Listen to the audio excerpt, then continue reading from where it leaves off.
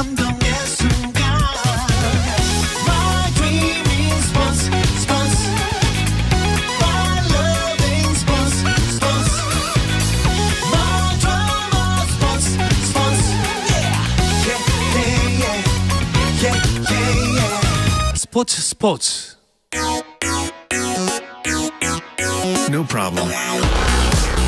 다양한 스포츠 이야기를 나누는 정 PD와 김 기자 시간입니다. 정현호 KBS 스포츠 PD, 중앙일보 김지한 기자와 함께합니다. 어서 오세요. 안녕하세요. 네, 저희 두 번째 만남이라서 오늘은 조금 더 잘해볼 수 있지 않을까 싶은데 잘 부탁드립니다. 아, 잘 부탁드립니다. 네, 오늘은 당연히 이 이야기부터 해봐야 할 것 같습니다. 축구 대표팀 신인 감독이 정해졌잖아요. 네, 어제 대한축구협회가 공식적으로 발표했죠. 네. 94 미국 월드컵 참 이 오래전 일인데 맞습니다. 네, 그때 이 월드컵 새벽을 참 힘들게 했던 당시 독일 대표팀의 스트라이커, 그러니까 네. 우리 한국 대표팀을 상대로 해서 당시에 멀티골을 터뜨렸던 네. 바로 그 주인공 위르겐 클린스만이 이제 감독이 돼서 한국 대표팀 지휘봉을 잡게 됐습니다. 네. 이렇게 또 29년의 이제 그 사이를 두고서 벌써 그렇게 선수에서 되네요. 이렇게 한국 대표팀 감독이 되다 보니까 뭔가 좀 격세지감을 느낀다. 저는 개인적으로 좀 그렇게 이제 그러네요. 느껴지고요. 계약 기간은 2026년 북중미 월드컵 본선까지 네. 해서 약 3년 5개월 네. 예, 그 계약을 이제 하게 됐고요.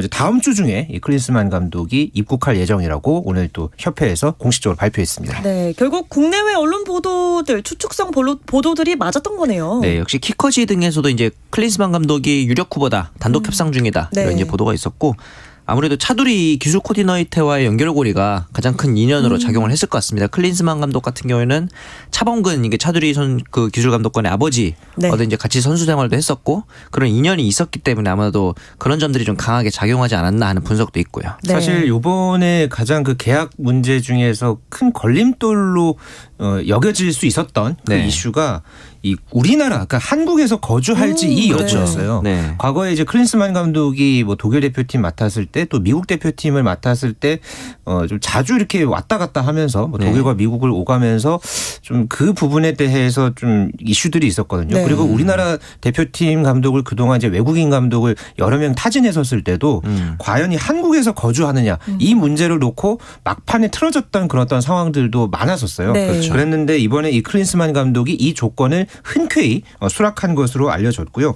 이뿐만 아니라 사실 클린스만 감독이 그 전에 뭐 미국 대표팀 맡았을 때 같은 경우에는 좀 이 몸값이 꽤 높았거든요. 네, 네. 뭐 연봉이 뭐 한 300만 유로, 우리 돈으로 약 한 40억 원까지 달했는데 최근에는 이제 대표팀 감독이라든가 뭐 그런 클럽팀 감독도 따로 맡았던 적이 없었고요. 그렇죠. 그렇다 보니까 이번 이 한국 대표팀 감독을 발판 삼아서 좀 제기를 하려고 어떻게 보면은 이번에 또 이런 여러 가지 조건을 본인이 이제 갖고 있던 그런 조건을 다 내려놓고 이번에 이제 했다. 약간 그런 어떤 의견도 나오고 있습니다. 네.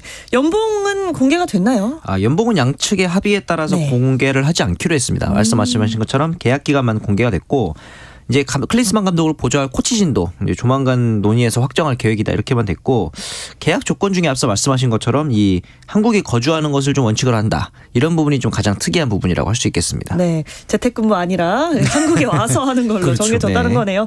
네, 또 오늘 마이클 밀러 국가대표 전력강화위원장이 또 기자회견을 했잖아요. 어떤 네. 내용들이 좀 나왔나요? 그동안의 선임 과정을 비교적 자세하게 발표를 했습니다. 네. 지난달 12일에 가장 처음으로 61명의 후보를 먼저 추렸다고 밝혔고요. 이후에 23명 그리고 5명 이렇게 이제 줄였고 1월 30일과 2월 1일 요 사이에 이제 사흘 동안 5명과 온라인 미팅을 진행을 했다고 합니다. 네. 그중에서 긍정적인 후보 2명을 지난 2월 14일에 결정을 했고 최종 결정을 2월 27일에 했다. 이게 네. 밀러 위원장의 설명이었는데요. 이 중에서 우선 협상자가 클린스만 감독이었다고 합니다. 네. 그러니까 스스로 또 동기부여가 굉장히 돼 있는 상태였고 더 이야기할 필요가 없는 완벽한 적임자였다라는 어허. 것이 이제 밀러 위원장의 설명이었는데 기본적으로 어떤 뭐 전술 뭐 여러 가지 뭐 경험 이런 부분에서의 어떤 뭐 단점도 있지 않느냐에 대해서도 밀러 위원장이 상당히 신뢰감을 보이면서 클린스만 감독의 이제 향후 이제 대표팀을 이제 꾸리는 그런 어떤 부분에 있어서도 좀 어느 정도 이 두둑한 그런 신뢰감을 보여줬던 그런 어떤 기자회견 내용들이 인상적이었습니다. 네. 그런데 사실 클린스만 감독이 선수 시절 때 업적은 인정하지만 네. 감독으로서의 역량이 과연 뛰어난가 이런 부분에 있어서는 좀 갈리더라고요. 네, 평가가. 선수 생활에 대해서는 의심의 여지가 없죠. 그렇죠. A매치에서만 무려 108경기를 네. 나와서 47골을 넣었으니까. 그런데 이제 감독으로서 일단 강점부터 오자면은 지도자 경험이 적진 않습니다. 네. 뭐 독일 대표팀, 미국 대표팀을 거치면서 특히나 여기 체질 개선에서 성공했던 경험도 있었고 리더십 측면에서도 좀 좋은 평가가 있습니다. 이제 기본적으로 약간 독일 대표팀이 그동안 가지고 있었던 약간의 그 낡은 구조를 타파했다라는 평가를 받기도 했고 그다음에 이제 승부욕도 굉장히 강한 편이고 리더십을 가지고 선수단을 잘 이끌어가는 통솔력에 있어서는 좋은 평가를 받는데 이제 반면에 좀 아쉬운 점을 얘기를 하자면은 최근에 클럽팀에서의 성적이 워낙 안 좋았다는 네. 점이 있어요. 왜냐면은 2008년에 바이에른 뮌헨 감독으로 부임해서 1년도 못 채우고 경질이 됐거든요. 그래서 이제 그 이후에 또 몇 년간 쉬다가 2019년에 헤르타 베를린 감독이 올랐는데 이번에는 77일 만에 사퇴를 네. 구단과의 갈등으로 인해서 사퇴를 했다는 점. 이런 부분에 있어서는 최근의 행보는 조금 이제 감각이 떨어지는 게 아니냐 이런 비판이 있고 그다음에 이제 또 아쉬운 점이라고 할 수 있는 전술적으로 봤을 때 본인의 색깔이 완벽하게 드러나는 어떤 확실한 공격이라든가 수비적인 전술 이런 것들이 좀 약하다는 비판이 있어서 한국 축구에 적합한 어떤 전술을 보여줄 수 있을지 이 부분에 대한 걱정도 좀 있습니다. 네. 전술 이야기가 나와서 말인데요. 전임 벤투 감독은 빌드업 축구라고 하잖아요. 그런 그렇죠. 걸 선보이면서 좀 성공을 거뒀는데 클린스만 감독이 어떤 전술을 보여주고 또 어떤 축구를 할지가 좀 궁금하거든요. 그러니까 가장 클린스만 감독에 대한 의문 부호가 붙는 부분 중에 하나가 사실 전술이거든요. 네. 뚜렷한 무언가는 사실 그동안 드러낸 적이 솔직히 없었습니다. 네. 뭐 좀 공격적으로 그러니까 본인이 또 공격수 출신이었기 그렇죠. 때문에 네. 공격적인 부분에서는 독일 대표팀 또 미국 대표팀을 맡으면서 뭐 어느 정도의 그 색깔을 드러냈기는 했지만 클린스만 감독이라면 딱 이것이다라고 하는 것은 사실 그동안에는 없었거든요. 네. 거기에다가 사실 지금까지 맡았던 팀들을 보면은 유럽 팀들 그리고 미국 대표팀 그러니까 이게 거의 정해져 있습니다. 네. 아시아 팀은 처음이거든요. 맞아요. 이번에 그 클린스만 감독이 카타르 월드컵 때 이 국제축구연맹 피파의 기술 연구 그룹의 일원으로 활동을 했었는데 네. 당시에 이 차두리 이제 감독과 차두리 코치와 많은 대화를 했다고 합니다. 맞습니다. 그 중에서 대화 중에 이제 상당수가 한국 축구에 대한 이야기를 나눴다고 하거든요. 거기에서 이제 한국 축구의 뭐 어느 정도의 기본적인 뭐 분위기라든가 네. 뭐 전술적인 그런 흐름이라든가 이런 부분들은 어느 정도 이제 파악을 했겠지만은 기본적으로 이제 3년 반 가량의 이 재임 기간 동안에 네네.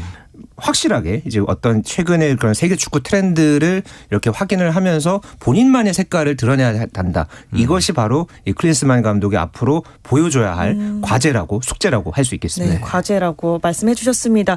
3월 A매치가 데뷔전이잖아요. 아마 네. 콜롬비아전이 될 것 같은데 곧 네. 입국을 하겠네요. 그렇죠. 이제 대표팀이 오는 3월 24일에 울산에서 콜롬비아와 경기를 갖고 28일에는 우리나라와 월드컵에서 붙었던 하지만 승부를 가리지 못했던 우루과이와 네. 평가전을 또 가지게 됩니다. 네.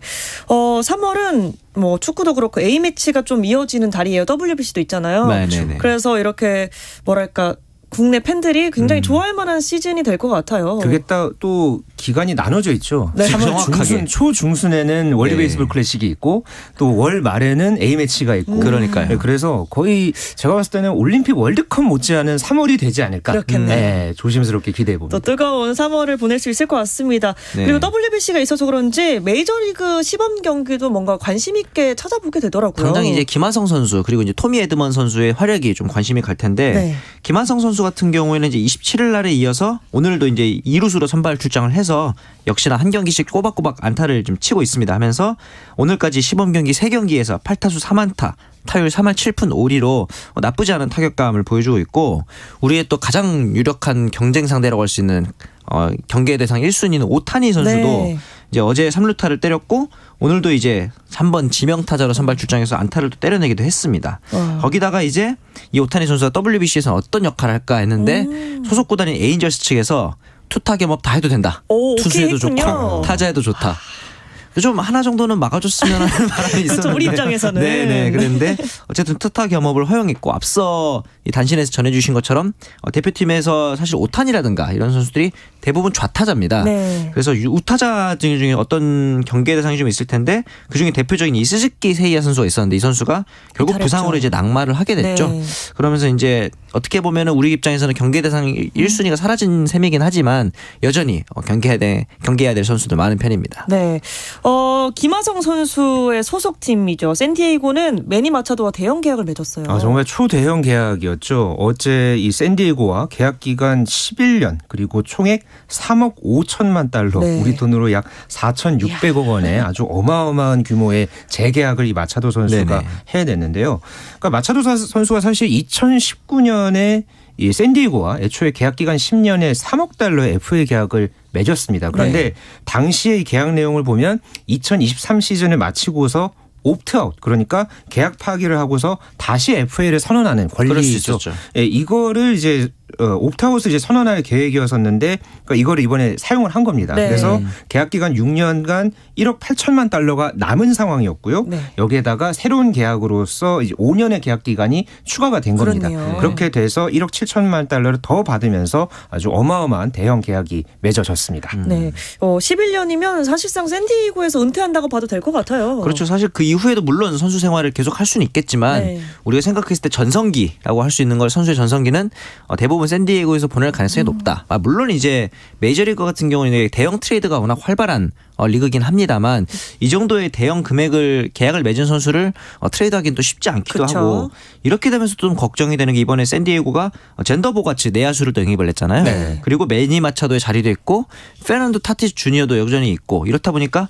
김하성의 자리는 어떻게 될까 좀 걱정이 될 텐데 최근에 또 이제 다저스로 가는 거 아니냐 이런 얘기도 나왔던 게 오늘 시범 경기에서 개빈 럭스 선수가 부상을 당했습니다. 네. 그러면서 지금 다저스 입장에서는 내야가 굉장히 좀 횡해진 상황이라서 이 부분을 물론 지구 라이벌이긴 하지만 샌디에이고에서 어떻게 포화된 내야에서 좀 영입하지 않을까 이런 루머도 있는 상황이고요. 네.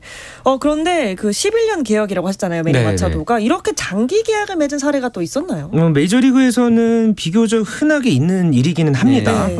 가장 대표적인 게 이 LA 에인절스와 2019년에 계약을 했던 마이크 트라웃이 12년간 4억 2,650만 달러. 네. 이게 지금 현재까지 초대형 계약, 최고의 계약으로 그렇죠. 지금까지 이제 기록이 돼 있고요. 네. 그뿐만 아니라 무키 베츠 선수 다저스와 2021년에 12년간 3억 6,500만 달러. 그리고 또 이번 시즌 지금 준비하는 과정에서도 이 에런 저지가 이제 뉴욕 양키스와 계약을 하면서 9년간 3억 6천만 달러를 이제 계약을 이제 했었는데요.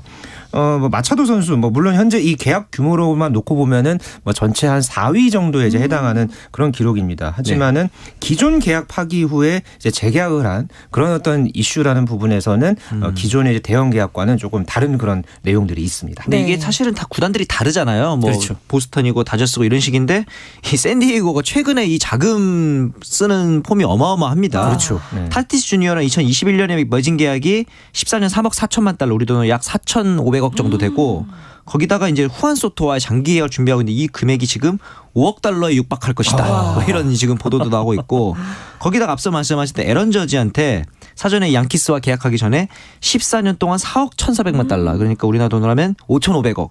지금 이거 다 합치면은 아마 한 2조 가까이 되는 1조 6천억 이 정도의 금액입니다. 진짜 네. 샌디에이고가 이렇게까지 했는데 과연 이번 시즌 어떤 성적이 나올지도 좀 궁금해지기도 하고요. 메이저리거들 보면 이 돈 규모를 보면요. 거의 네. 걸어다니는 기업 그러니까요. 하나라고 볼 수 있겠습니다. 아니, 감이 안 잡혀서 부럽지도 않은 금액이에요. 이 정도면. 네. 그 외에 이렇게 계약 소식 외에도 메이저리그에서 또 어떤 소식들이 좀 화제인가요? 류현진 선수 소식이 관련해서 있습니다. 네. 현재 그 작년 6월이었죠. 이 토미존 서저리를 받고서 현재 재활에 매진을 하고 있는데요. 네.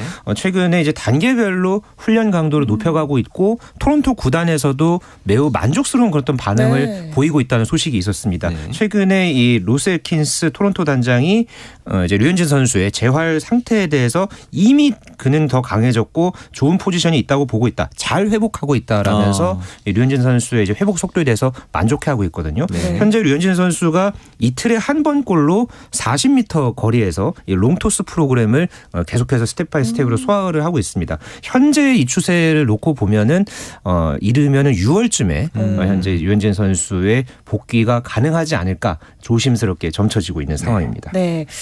야구 이야기는 여기까지 듣고요. 이어서 배구 이야기도 나눠보겠습니다. 그 전에 잠시 쉬었다 올게요.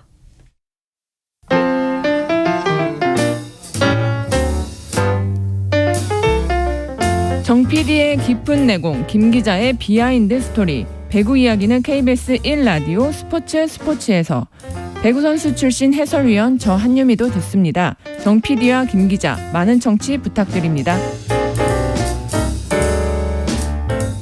어떤 스포츠 이야기도 함께할 수 있는 시간 정 PD와 김 기자 듣고 계십니다. KBS 정현호 PD, 중앙일보 김지한 기자와 함께하고 있습니다.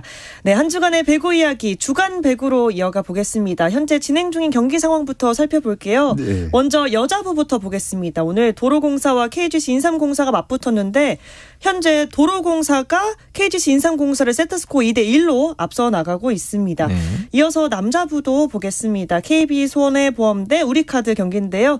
현재 우리카드가 세트스코어 2대1로 KB손해보험에 앞서 나가고 있습니다. 네. 일단 여자부 이야기부터 해볼게요. 여자부가 3, 4위 간의 맞대결인데 승점 차가 1점밖에 차이가 안 나는 상황이에요. 그렇죠. 네. 현재 인삼공사와 도로공사 모두 이 본배구를 향해서 특히나 네. 더 이제 나은 위치에 이제 올라가기 위해서 두 팀이 아주 치열한 순위 경쟁을 하고 있는데요. 네. 지금까지의 이제 경기력을 놓고 보면은 굉장히 좀 팽팽하게 현재 지금 경기가 이제 치러지는 그런 어떤 양상입니다. 네. 네. 지금까지는 이제 도로공사 같은 경우는 이제 캣벨 선수가 25점, 박정아 선수가 16점을 기록을 하고 있고요. 네. KGC 인삼공사에서는 엘리자벳이 18점, 그리고 정호영 선수가 10점, 이소영 선수가 8점 이렇게 기록 중입니다. 네. 지금 보니까 뭐 3, 4위 간의 맞대결도 맞대결인데 네. 4위권과 5위권이 승점 차가 꽤 나서 결국엔 이 3, 4위권 안에서 본배구가 결정이 날 것 같거든요. 그렇죠. 이 승점 같은 경우 지금 7점 차라고 되어 있지만 많이 안 나는 것 같다는 생각하시는 분들도 있을 텐데 이게 사실은 이제 최하위의 페퍼저축은행의 승점이 너무 적기 때문에 다른 팀들도 대부분 페퍼저축은행과의 경기에서 승을 챙긴다라고 가정을 했을 때 이 7점 차는 생각보다 꽤 큰 승점 차라 볼 수 있거든요. 이렇게 네. 되면서 흥국생명, 현대건설은 당연하고 아마 인삼공사 그리고 도로공사 이 두 팀까지 본배구를 놓고 겨룰 것으로 보입니다. 그러니까 현재로서는 지금 팀당 거의 한 5경기 정도씩 남아 있거든요. 네. 시즌이 종료될 때까지. 그래서 앞으로 한 2경기 정도, 그러니까 앞으로 열릴 2경기 정도의 그렇죠. 결과에 따라서 이 본배구가 조금 일찍 이 대진이 가려질 가능성도 있습니다. 네. 네. 본배구와는 별개로 6위인 기업은행 같은 경우에는 김희진 선수가 시즌 아웃됐다는 좀 안타까운 소식이 들려왔어요. 그렇습니다. 올 시즌 초반부터 김희진 선수가 이 고질적인 무릎 통증에 시달려 왔었거든요. 네. 그러다가 결국은 IBK 기업은행이 어제 무릎 수술을 이제 진행을 했다라고 이제 공식적으로 발표를 했고요. 네. 아무래도 무릎 수술을 하게 되면은 이게 재활 기간까지 다 포함을 하면은 한 1년 정도 지금 현재 이제 코트를 비우는 그런 어떤 상황이 될 것으로 이제 보여지고 있고요. 그래서 이번 시즌은 일단 시즌 아웃이 됐고 다음 시즌에도 과연 김희진 선수를 코트에서 볼 수 있을지 조금 네. 지켜봐야 하는 상황입니다. 다음 시즌까지 좀 지켜봐야 하는 상황이라고 네. 말씀해 주셨습니다. 그나저나 요즘 흥국생명 때문에 굉장히 재밌다. 이렇게 반응해 주시는 팬분들이 많아요. 사실 시즌 초에도 흥국생명이 이슈였고 그때는 좀 부정적인 이유로 이슈였는데 이제는 굉장히 그 명장이라고 하시는 아본단장 감독 그리고 이제 김연경 선수의 만남으로 매진 그리고 이제 사람들의 표현으로는 김연경 매직에 의해서 김연경 매진이다 이렇게까지 하는데 흥국생명이 지금 31경기 중에 15경기가 매진입니다. 와. 참고로 이번 시즌 여자부 매진 경기가 16경기인데 그중에 한 경기 15경기, 한 경기 빼고 전부 흥국생명 경기거든요. 네. 흥행의 1등 공신이다. 이렇게 볼 수 있겠죠. 네. 또 아본단자 감독이 이 흥국생명 감독을 2경기를 치렀는데 어떤 배구 스타일을 가진 감독이라고 보시나요? 기본적으로 본인이 드러낸 철학이죠. 이 철학이라고 한다면은 하나로 뭉친 강한 팀을 만드는 것이다. 6명 네. 주전은 따로 없다라고 아본단자 감독이 취임하면서 밝혔거든요. 네. 그렇지만은 지금 현재 흥국생명이 한창 선두 경쟁을 하고 있죠. 그리고 시즌 막판이고요. 그렇기 때문에 어떤 뭐 본인의 그 배구 철학을 막 이렇게 주입을 시킨다기보다는 네네. 현재 이제 갖고 있는 그런 어떤 선수들의 퍼포먼스를 극대화시키는 약간 그런 것에 좀 초점을 맞추고 있습니다. 그래서 거기에 따라서 뭐 옐레나 선수라든가 김연경 선수와 네. 이 로테이션을 활용하는 그런 어떤 작전들도 이제 눈에 띄었고요. 좀 서브 전술도 조금 더 다양해졌다는 그런 평가도 받고 있습니다. 네. 사실 지난 주말 GS 칼텍스와의 경기는 지긴 했지만 네. 그래도 멋있는 승부였어요. 네, 그렇죠. 풀세트까지 가는 접전 끝에 이제 2시간 반이라는 굉장히 명경기를 펼쳤죠. 이날 결국 이제 GS 칼텍스에서는 모마 선수가 37득점으로 이제 공격을 이끌면서 네. 한국생명에서는 옐레나 선수랑 이제 김연경 선수가 28득점, 25득점 이렇게 하면서 쌍포를 앞세웠지만 이날 경기에서 느꼈던 게 한국생명에서 최근에 느끼는 가장 좀 아쉬운 점이라면은 미들블로커 즉 센터라인의 높이가 좀 부족해서 이날 GS 칼텍스의 공격에 좀 쉽게 뚫린 게 아니었나 이런 분석이 좀 나오고 있거든요. 아본단자 감독이 말씀하신 것처럼 기존 선수들의 전력을 극대화하고 있긴 하지만 단점까지 보완하기에는 조금 더 시간이 필요하지 않을까 이런 분석도 나오고 있고요. 네. 그래도 야본단자 감독이 오고 확실히 분위기가 좀 밝아졌다는 느낌이 드는 게 감독 자체도 굉장히 리액션이 크고 네. 잘 도닥이는 것 같더라고요. 그러니까 막 공격에서 성공을 하면은 막 어퍼컷하고. 아 맞아요. 그러니까 이제 기자들은 그 아본단자 감독 그 작전판 있잖아요. 네네네. 거기에 과연 뭐가 담겨 있을까 막 그런 거를 막 추측하고 분석하는 그런 어떤 기사도 내놓고 있더라고요. 네네. 어찌 됐든 간에 굉장히 부정적인 이슈가 많았던 그런 어떤 상황을 그랬죠. 한국생명 선수들이 스스로 이겨냈고요. 그리고서 아본단자 감독이 지휘봉을 잡고 나서 지금 또 우승을 향해서 지금 목표를 향해서 가고 있잖아요. 네. 그런 분위기에서 이 감독에 대한 이 선수들의 아주 든든한 그런 신뢰감을 바탕으로 해서 이제 시즌 막판에 치르고 있는 분위기입니다. 네. 현재 우승을 향해서 가고 있다고 말씀하셨는데 우승 가능할 거라고 보시나요? 뭐 이 정도면 이제 수선두는 꽤 굳혔다 볼 수도 네. 있고 구단 최다승에 이제 여자부 최다 승점까지 도전하고 있는데 사실 이 도전을 시즌 초에는 현대건설이 했었잖아요. 그렇죠. 개막 15연승 했었. 그렇게 개막 15연승 했던 엄청난 패기의 현대건설을 끌어내리고 1위까지 올라간 한국생명의 저력도 대단한 것 같습니다. 네. 여자부 이야기는 여기까지 하고요. 남자부로 넘어가 보겠습니다. 일단 남자부는 오늘 경기를 하고 있는 우리카드가 굉장히 마음이 급해요. 그렇죠. 현재 우리카드가 승점 44점 기록하면서 4위에 올라 있죠. 네. 우리카드가 이 본배구를 위해서 조금 더 분발해야 하는 그런 이제 상황인데 네. 맞습니다. 일단 지금 현재까지는 리드를 해 가고 있습니다. 하지만은 지금 4세트에도 지금 KB손해보험이 지금 리드를 하면서 만약에 이제 이렇게 된다면은 또 풀세트까지 갈 수도 그러니까요. 있는 지금 그런 분위기로 이어가고 있습니다. 네, 사실 우리카드는 지금 승점 3점이 필요한 상황이라 그렇죠. 풀세트까지 최대한 안 가야 되는 상황인 것처럼 보이는데 네. 좀 지켜봐야 할 것 같습니다. 남자부는 선두 경쟁을 놓고 대한항공과 현대캐피탈이 엎치락 뒤치락 하고 있는데 굉장히 치열해요. 사실은 이 시즌 초에는 대한항공이 독주하니까 이랬었는데 현대캐피탈이 야금야금 치고 올라서 그러니까요. 지금 승점 차가 단 1점 차에 불과하거든요. 네. 이 부분에 있어서는 이제 사실 남은 경기에서는 대한항공의 정지석 선수가 좀 이제 컨디션이 나빠서 범실이 좀 많아졌던 편이었는데 이 부분에 있어서 회복했다는 점, 이 부분이 좀 중요할 것 같고요. 네, 결국에는 두 팀 맞대결에서 승부가 좀 나겠네요. 이게 곧 이제 5일날 3월 네. 5일에 인천 계양체육관에서 두 팀이 맞대결을 펼칩니다. 정말 단두대죠. 여기서 과연 이 1위가 2위가 어느 정도 이 향방이 엇갈릴 가능성이 큰데요. 네. 지금 현재로서는 대한항공은 이제 정지석 선수가 살아난 게 굉장히 고무적인 그런 어떤 상황입니다. 네. 반면에 현대캐피탈 같은 경우에는 오래월 정광인 호수봉 이른바 이 오광봉 이 삼각편대가 발음도 힘드네요. 네, 오광봉 오광봉. 삼각편대를 앞서서 지금 계속해서 지금 승점을 쌓아가고 있거든요. 네. 연승 행진도 이어가고 있기 때문에 정말 이번 대결 사실상 미리 보는 챔피언 결정전이다 할 그렇죠. 수 있겠습니다. 네, 결국 리그 끝에 봤을 때 네. 어떤 팀이 우승할 거라고 생각하세요? 이렇게 어려운 질문을 또 저는 그런데 초반에 페이스가 워낙 좋아서 대한항공이 이제 현대캐피탈을 물리치고 우승하지 않을까라고 조심스럽게 생각을 하긴 합니다만 또 이제 뭐 어떻게 될지는 지켜봐야 될 것 같아요. 저는 반대로 현대캐피탈의 최근 기세가 워낙 좋거든요. 네. 지난 시즌에 사실 현대캐피탈이 좀 워낙 부진했고 그렇죠. 올해는 말 그대로 좀 칼을 갈았다라는 분위기가 좀 많이 감지되고 있거든요. 네. 거기다 아까 말씀드렸던 이 오광봉 삼각편대가 재밌습니다. 지금 굉장히 네. 좀 기세를 이어가고 있기 때문에 네. 저는 현대캐피탈이 조금 근소한 차이로 리드하지 않을까 역전 우승 기대해 봅니다. 저는 현대캐피탈에 걸겠습니다. 오, 진짜 수적으로 불리한 상황인데. 과연 누가 웃게 될지 네. 기대해 보겠습니다.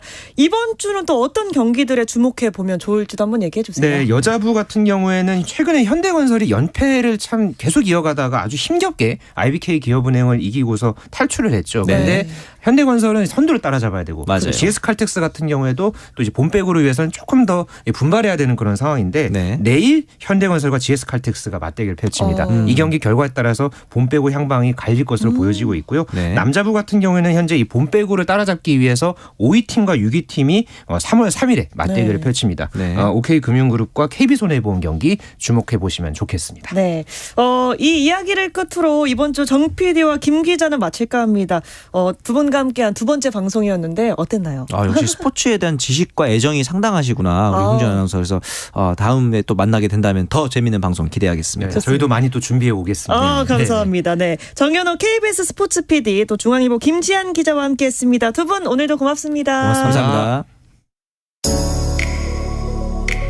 내일도 저녁 8시 30분에 뵙겠습니다. 아나운서 홍주연이었습니다. 스포츠.